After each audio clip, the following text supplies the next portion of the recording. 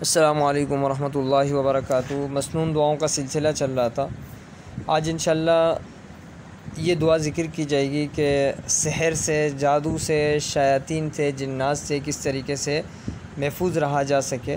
تو چند کلمات جو احادیث سے ثابت ہیں، آپ صلی اللہ علیہ وسلم کو جبرائیل امین نے سکھلائے جنات سے، شیاطین سے حفاظت کے لیے۔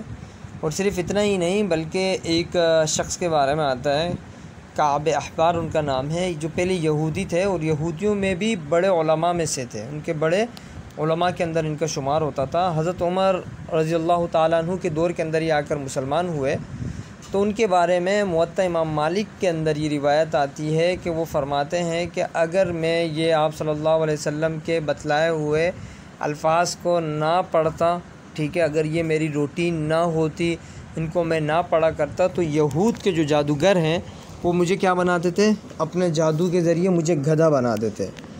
تو وہ بھی ان الفاظ کو پڑھا کرتے تھے اور اللہ تعالیٰ نے ان کی حفاظت فرمائی تھی، اور جبرائیل امین نے آپ صلی اللہ علیہ وسلم کو یہ الفاظ سکھلائے ہیں۔ تو چلے دیکھتے ہیں کیا الفاظ ہیں۔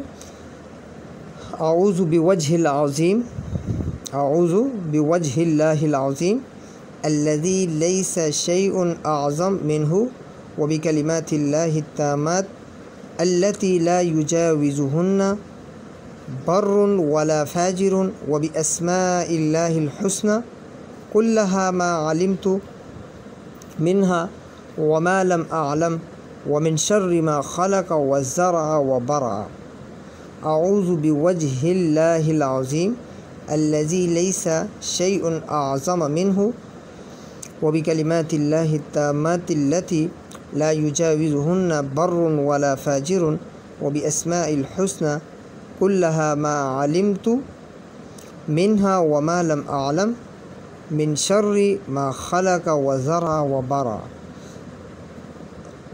ترجمہ اس کا یہ ہے کہ میں اللہ عظیم کی پناہ میں آتا ہوں، جس سے کوئی چیز بڑی نہیں، اور اس کے تمام کلمات یعنی اللہ کے اسماء اور صفات کی پناہ میں آتا ہوں، جن سے نہ کوئی نیک بچ سکتا ہے نہ کوئی بد بچ سکتا ہے، اور اللہ تعالیٰ کے تمام بہترین ناموں کی پناہ میں آتا ہوں، جن کو میں جانتا ہوں اور جن کو میں نہیں جانتا، ہر اس چیز کے شر سے جس کو اللہ نے پیدا کیا، پھیلایا اور وجود عطا کیا۔ تو جتنی بھی چیزیں ہیں انشاء اللہ کے، اس سے میں بنا میں آتا ہوں، اللہ کی حفاظت میں آتا ہوں۔